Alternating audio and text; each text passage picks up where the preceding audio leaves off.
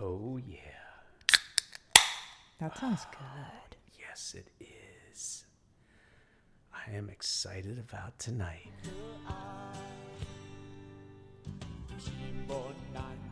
Good day, I go to line. Is this that famous Mandarin singer? Oh my gosh. Meliwa. So can yo can shan can shan can. Remember this? I was on Beijing television. Oh my god. I crushed it. What was the year? It was 2016. The winner of China's Got Talent, but it was an American guy, Newbie. This is so different. I don't know what to do with this. Oh, you know it, Newbie. All right. Anyway, I just had to start that off like that way. But now Wait, I got some really cool, funky tunes, and I got a beer in hand, and I'm gonna pour it into. Ooh. Can Okay, anybody but hear what that? happened to our groovy music? Oh, tell me this isn't groovy. And I got myself a nice little microbrew IPA, and I am ready to go. So Okay. fill us in on what we're doing here. But I have a feeling something happened to the groovy music because you're not answering my question. Oh, of course. I lost it by accident. Oh, no, you didn't.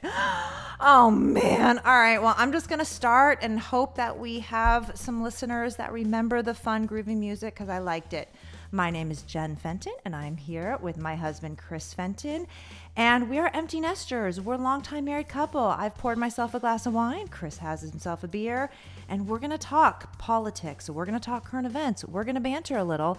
And we're going to be real. Oh, we're going to be real.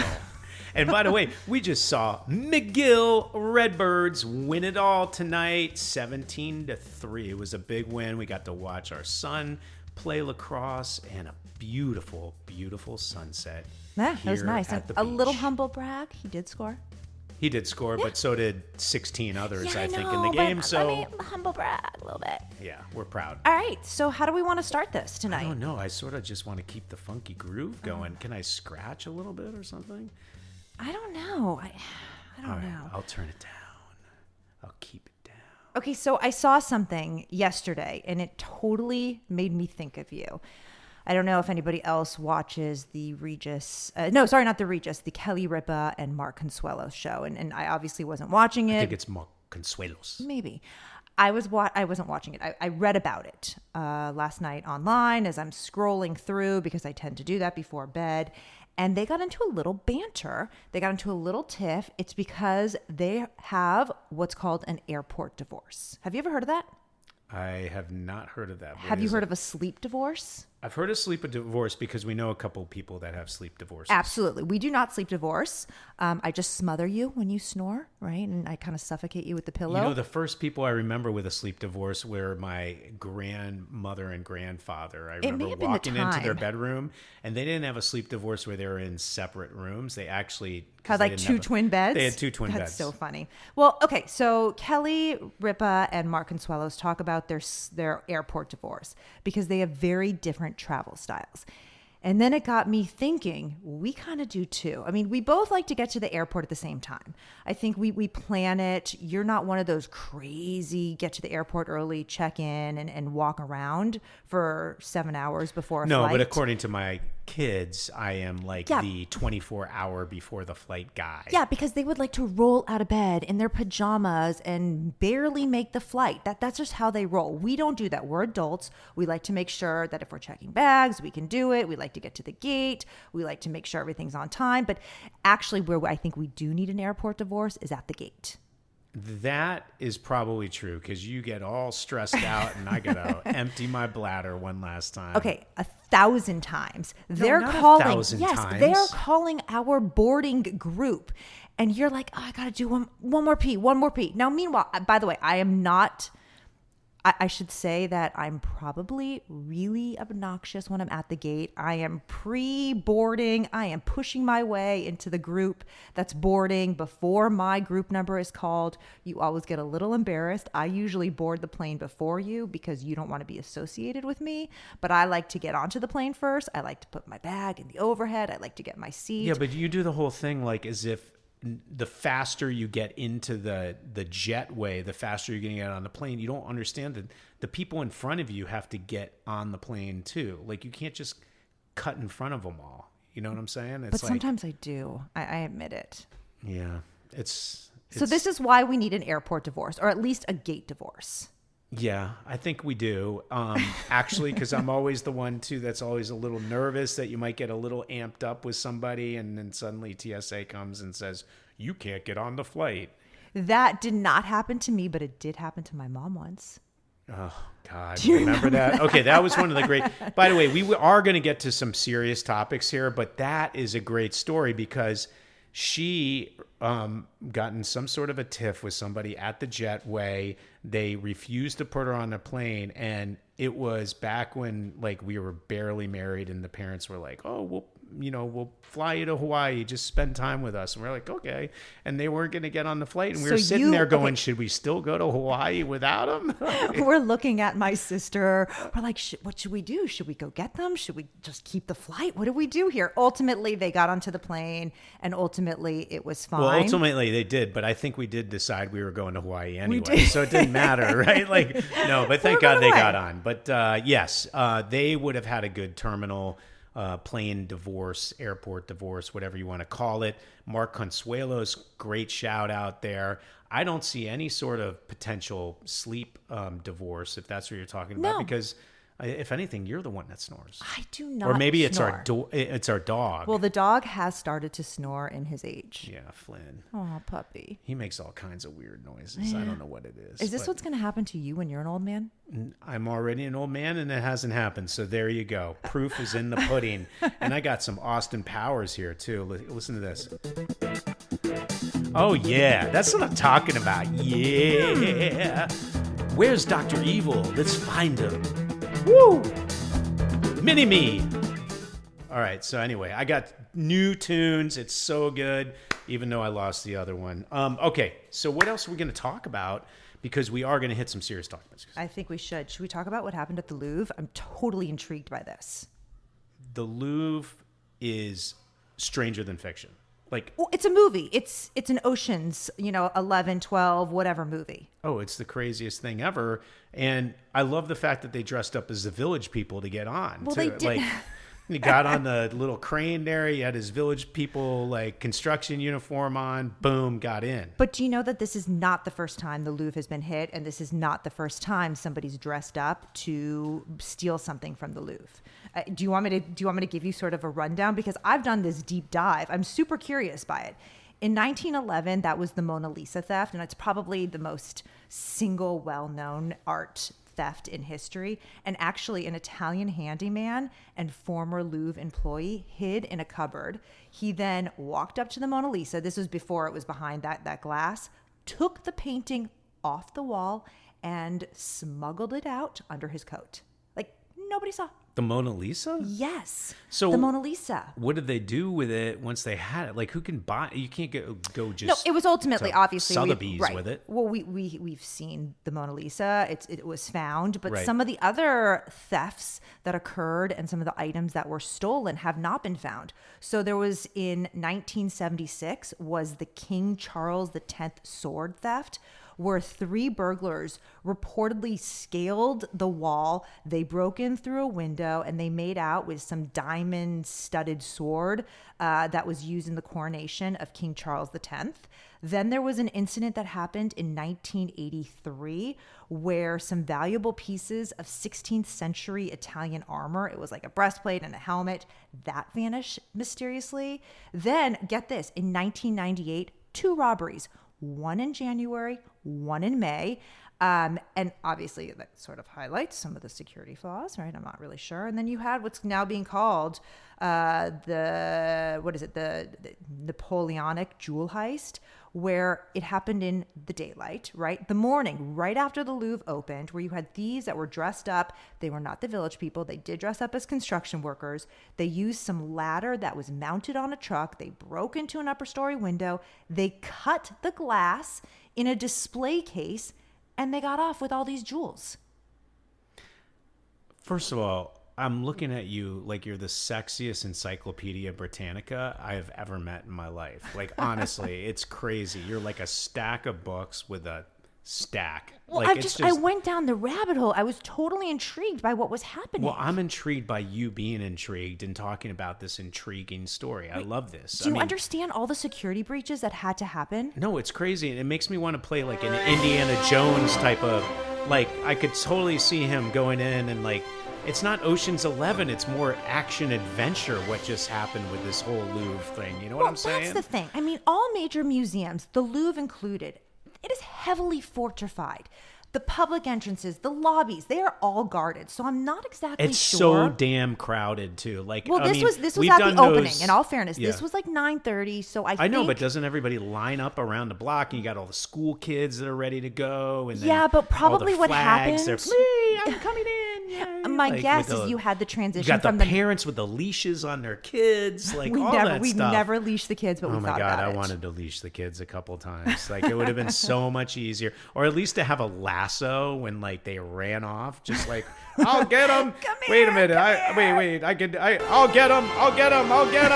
Wait, get back here, Dylan. Here we go. You know what I'm saying? That would have been so good. Poor Dylan. He's just getting so much flack. Oh my God. Well, Kaylee would have gotten lassoed too. Trust me. I'm equal opportunity when it comes to that stuff. But how are the windows so, I'm going to say thin, that somebody could break in just through the, sheer momentum of them climbing the ladder and breaking it?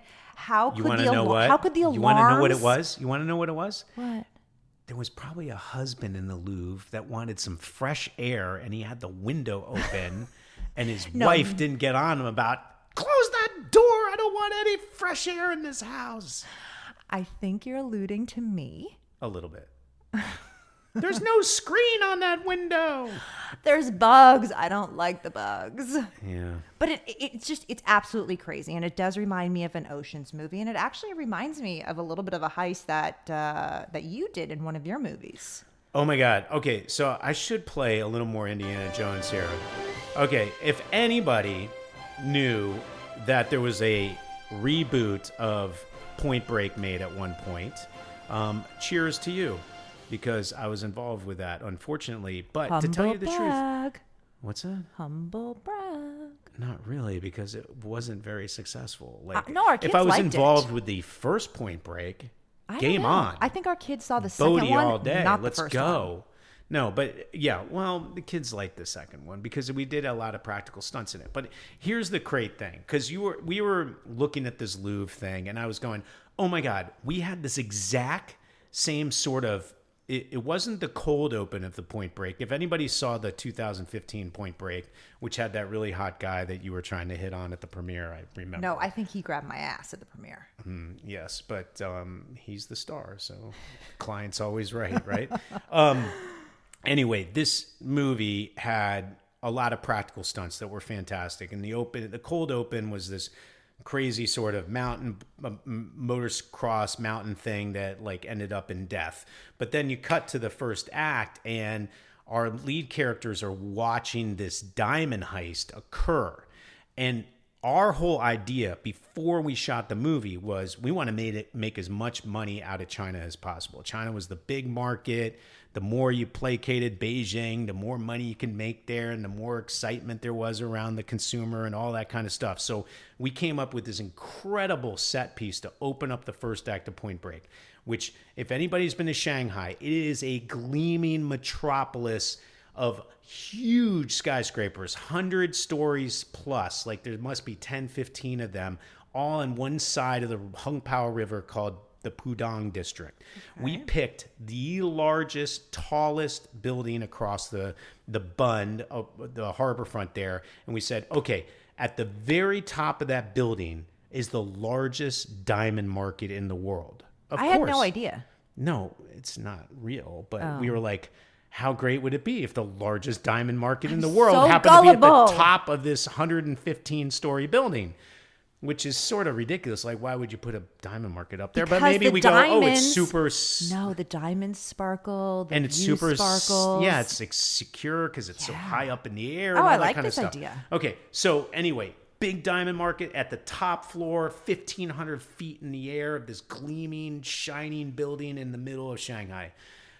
Freight elevator opens on that floor. Obviously, all kinds of stuff comes off that freight elevator, who knows what. But boom, it's our Robin Hood characters on dirt bikes. Oh, like Vroom, vroom, vroom, vroom. And they shoot through the diamond market, and they're using sledgehammers, crashing every countertop, glass flying, And they're just grabbing. Okay, I like it. Grabbing big 20 carats, grabbing a bunch of 1 carats, grabbing 50 carats, yellow diamonds, white diamonds, clear diamonds, whatever you got. Like, they're just grabbing them. But instead of slowing down, realizing 100 yards up, There's a is the window. window Right. that is 1,500 feet in the air. They're going faster and faster. And you're like, wait, what's going on? And they keep smash and grab. And they're driving through. You got Chaos everywhere. Chaos everywhere. The guards are chasing them, all that kind of stuff. And you're like, oh my God, they're going to steal all the stuff, but they're just going to fall to their deaths. They go right through the window. No. All the motorcycles with all the diamonds. You can see some flying, but they like have it's a bunch of raining them. diamonds. Raining diamonds, but for the most part, they have them in their pouches. Okay. And then you're like, now what? They're just going to fall. No, they have these crazy parachutes Of course. that boom, fly off their backs, out of these backpacks. They drop the bikes and they just fall 1,500 feet down to who knows what. And they Glide into freedom. super quiet, flying across. And they're looking down and they see the Hungbao River and Okay, but that scene across the didn't way. make. No. But cut. listen. And then they see. No, don't tell me to wrap it up. I just wanna get to the stop point. with the wrap it up gosh. thing. Okay, and they're flying across the Hungbao River, and you see them get to the other side. They're still 1,000 feet in the air, and there's people looking up from the Bund Harbor front. Thousands of people, and that is when they open the pouches. And the diamonds fly down like a roaring storm of rain. And everybody down on the Bund Harbor front is grabbing the diamonds as if it's the greatest gift from the heavens. And then our guys sail off into the sunset and you never see them again. Okay. Escaped. Now, can I go back to my question? It didn't air. It wasn't in the movie. Why? Why? Yeah. It was really unbelievable. Right, this is a cool scene. I'm liking with it. the I did tell you to wrap director up. and But or the storyboards and all that stuff. And we went to the Beijing Ministry of Propaganda and the China Film Group, and we showed them all this stuff. And they came back to us the next day and said, nope, rejected. why? We're like, are you kidding me? Why? 2 reasons. 1, they escaped. In China, the bad people never escape the police. Oh, damn, we forgot about that. And number 2 was, if diamonds fell from the sky, people wouldn't pick them up. They're not theirs. They're definitely not theirs. So anyway, that's what happened. And that is why it was rejected. Do you think that it would have made the movie better? Oh my God, it would have been so cool. No one has seen anything like that in China before. Yeah, it would have been amazing. But it didn't fall into the Chinese propaganda ministry's narrative. So it got shut down. That's sort of disappointing. And we sort of shot a version of it in Germany. I forget. How did it open? Same sort of thing, but just little less like cool. And So again, big and there's all a that stuff. heist. There's a security breach. There's tens of thousands of people who are witnessing this, allowing it to happen. Yes. You've got the bad guys. Maybe you think the Point Break Robin Hood guys are good, sort of up for debate, depending on, how you feel about their characters. But you have these people who ultimately get away with these jewels or the painting or the money from the bank, whatever it is. And they just sail off into the sunset. Pulled off the impossible, just like they did at the Louvre. That's crazy. It is absolutely crazy. But what's going to happen? Are they going to find these people? I shot you that video of them the Village People construction worker up on the crane. Did you see that video? I did. Yeah, I did. Crazy. And that's another thing. Like, how, if you have all this surveillance, right? You've got the surveillance, the cameras that are fixed to the buildings. How are you not looking at camera 2 and going, that truck isn't supposed to be there? We're not expecting a delivery. This seems a little shady. How, if you are the security guard that's walking the perimeter going, something doesn't seem right? How, if the alarm is going off, these guys still get away? Like, what mishaps? What security? I just feel like the Louvre's got to have a postmortem. What went wrong here? And they got to figure this out. I'm so intrigued. I really want to see how this unfolds. I wonder who did it, right? I wonder if we'll ever find out. I wonder if they'll ever recover these jewels. I don't know. It's a story that, since it happened, I've been really, really into. Well, I don't know the answer to a lot of those miscues, other than the fact that, let's face it, we love going to Paris. We love France. But France has certain issues where you could see like some of this stuff happening. Like that's not one of those issues that I would put on my Inspector list. Clouseau kind of thing. No, that is definitely not one of those things No. like, oh, this is going to happen. No, the Louvre's I'm going not to be saying hit it's up. going to happen. But I mean, look, I went through plenty of instances where it did happen. So clearly this does happen more often than we think. But we do the d'Orsay more than the Louvre. yeah. That was very extra cosmopolitan of you to say, but I will say there is one sound effect that's perfect for the Louvre head of security. Yeah, I would say so for sure. Wah, wah, wah. That is the sad trombone. So I think we should move. It's not the sad French horn. It's the sad trombone. Anyway, so what that is, it was just interesting because you wanted to talk about this Louvre thing this morning at breakfast, and it just made me realize, like, oh my God, we did something similar to that in a movie. And then you think about Hollywood loves the diamond heist, you know, like, so it really was a stranger than fiction story. And the fact that they got away is insane because it's almost like those Ocean 11's movies. Right, all where the you're like, how do Ocean's they do movies. that stuff? How do they get through all the George doors? Clooney, Brad Pitt, even, yeah. Rihanna and Anne Hathaway and Kate Blanchett. I think it was Ocean's 8 where it was the female cast. They all get away. Do you think I would have a man crush on any of these Village People construction guys? Like, do you think any of them look like Brad Pitt? I don't know. I love that you keep referring to them as the Village People. Well, they did in that video, that CNN video that was going around. It like literally looked like they were about to go YMCA out of the whole thing. But anyway, all right. So we'll move on to the next topic. What do we want to talk about next? Because I feel like we wanted to hit two good ones, and I think that's something that we want to do every episode, right? Yeah, you sent me a really interesting text this morning, and I think it was from X, and it was a statistic about homeowners and the age in which people are now buying homes. And it was, what was it? Was it like 50 something is the average age that you're seeing right now, people buying homes? Yeah, well, it's in 2024, the median age of a homeowner, that's or a home buyer. That's not just here in Southern California or this is in national. New York City. This is national. Okay. The average age of a home buyer was 56. I'm sorry, median, but median is probably a better gauge. 56. Guess what it was in 1981? Oh gosh. I mean, am I crazy to say 30? Yeah, 31. Good Wow, guess. I don't know nice. how you know this stuff. It's crazy. And guess what it will be next year? 80. No, I don't know if it'll be 80. But that's something really crazy that 25 years older now is the median home buyer, right? That's a crazy situation. Well, okay, let's think about this. Let's sort of dissect it and unpeel this onion layer by layer.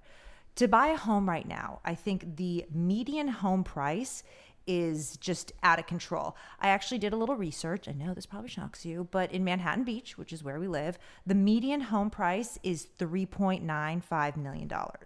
In Lawndale, which is a city, few blocks away, it's $841,000. By the way, how crazy is it that like over the course of 1 mile, it could be, or whatever that is, right, 2 miles, it could be that so different. yeah. Sherman Oaks, right? Just over the hill, over the 405. It's $2 million. And then I started going outside. And by the way, Sherman Oaks is in the valley, which don't say the valley. No, but I'm just saying, when I first disdain. moved here, that was the last place on earth you would want to live. Okay, I'm from now the valley. Everybody wants to live. I'm from there. the valley. I love the valley. Yeah, no, I know you're a valley girl. You were friends with Encino Man.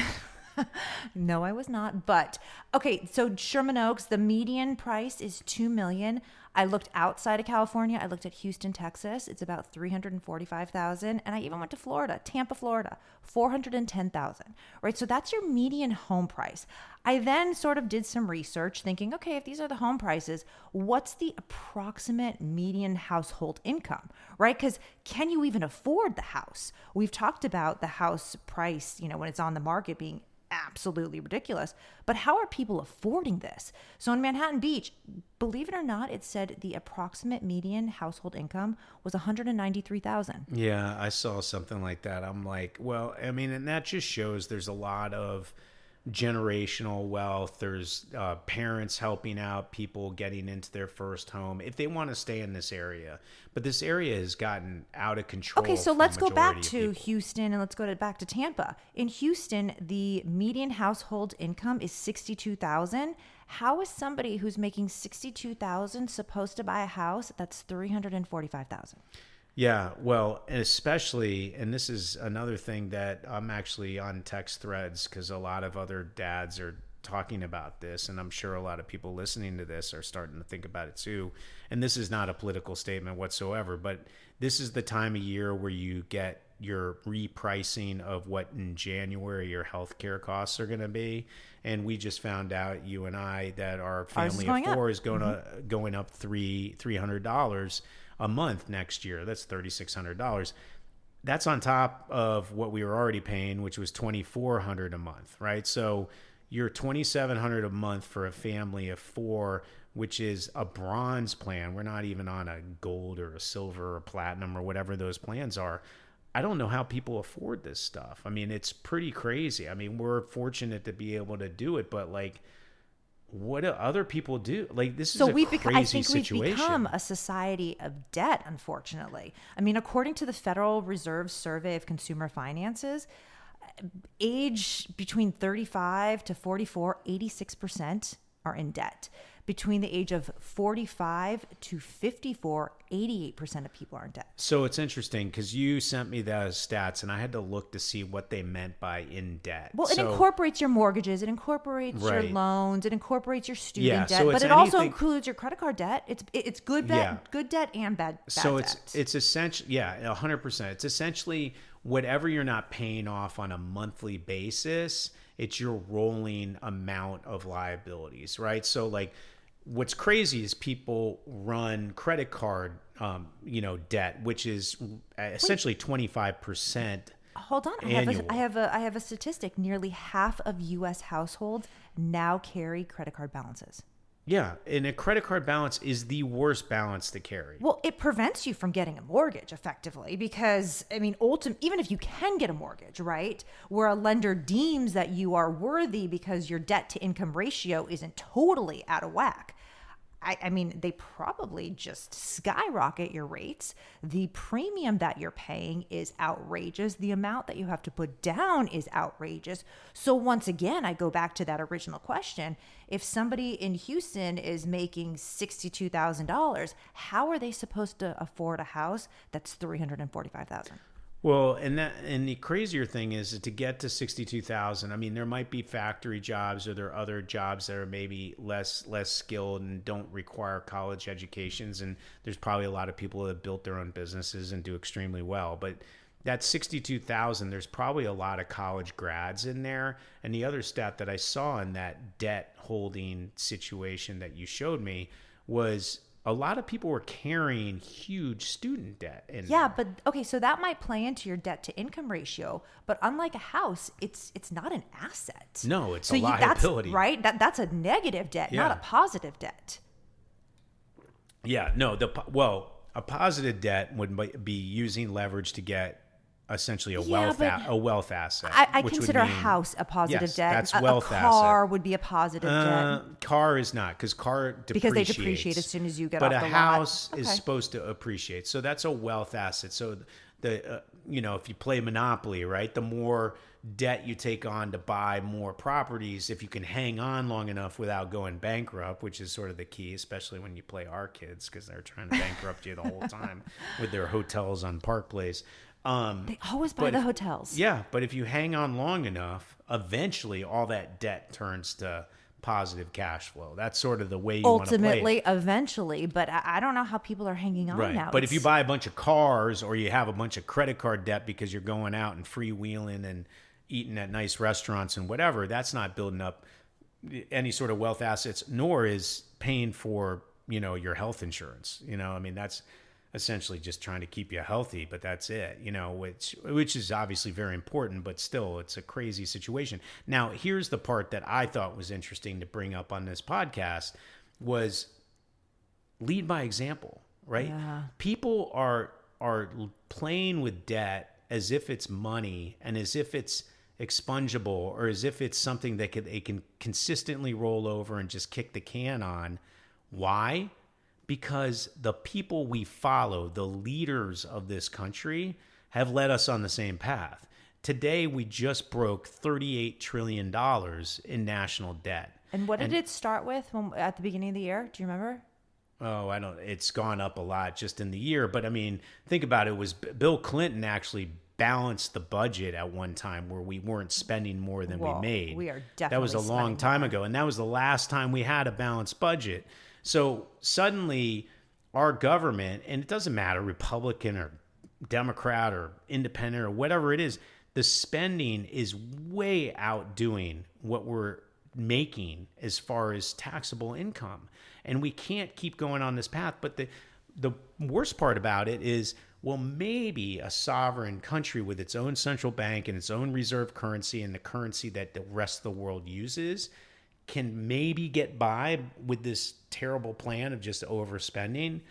But all the people in this country are looking at that going, well, wait a minute, if my country can do that, why can't don't I? I just do Yeah. that? And that's where the problem is. That's And where on the top over of it- leverage comes in. Yeah, and then a lot of us, like I'm 54, I remember when I was a kid, you put your money in a bank and next thing you know, at the end of the year, you ended up getting 10 or 11% interest on that money. And it was like, oh, I'm making money on my money. But now you don't really make money in a bank account. You got to Put it into out there and- T-bills or CDs Exactly. and things Well, like that. Yeah, T-bills is the conservative way to do it. You're supposed to be in the market and Sure. investing in stocks and all this Okay, kind of I'm stuff. going conservative just Yeah. for the sake of the show. Exactly. So it's lead by example is not working. Like there's a lot of people that are following what our leadership is doing, and it's going to lead us all in the wrong direction.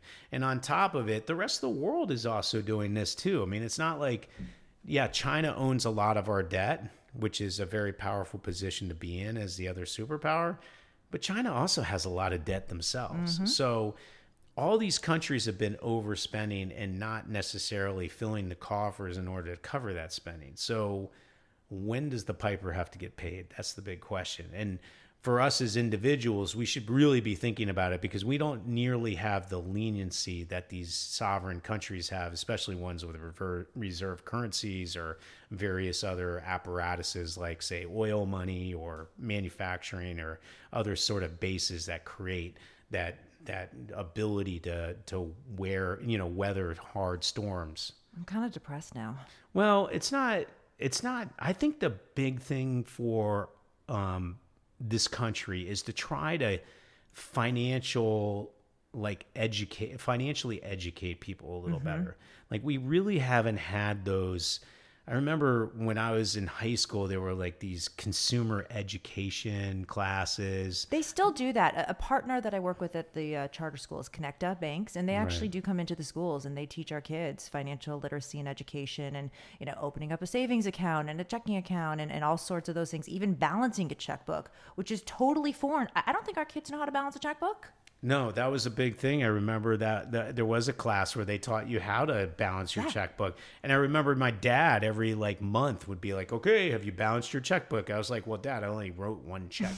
He's like, yeah, but let's see how it works on the back of the thing and make sure like the subtraction Oh, and you makes got some sense. interest. So you got to put the interest in there and blah, blah, blah, blah, blah. Like it was, when was the last time anybody did that? And I think that's where a lot of people get in trouble too, where they get these withdrawal fees because they over withdraw or whatever from whatever account. They had no idea they were hitting that threshold. So anyway, it's an interesting topic because we hit 38 trillion in debt. We're seeing a lot of weird situations in terms of home buyers, the ability to buy. The consumer debt load is really high. We're hitting records. And I think it would just be smart if everybody started to think a little more financially prudent about stuff and, got ready to sort of weather a storm because we haven't had a recession in a long time. It's been a long cycle. Knock on wood. Yeah, knock on wood. Take it out of the universe.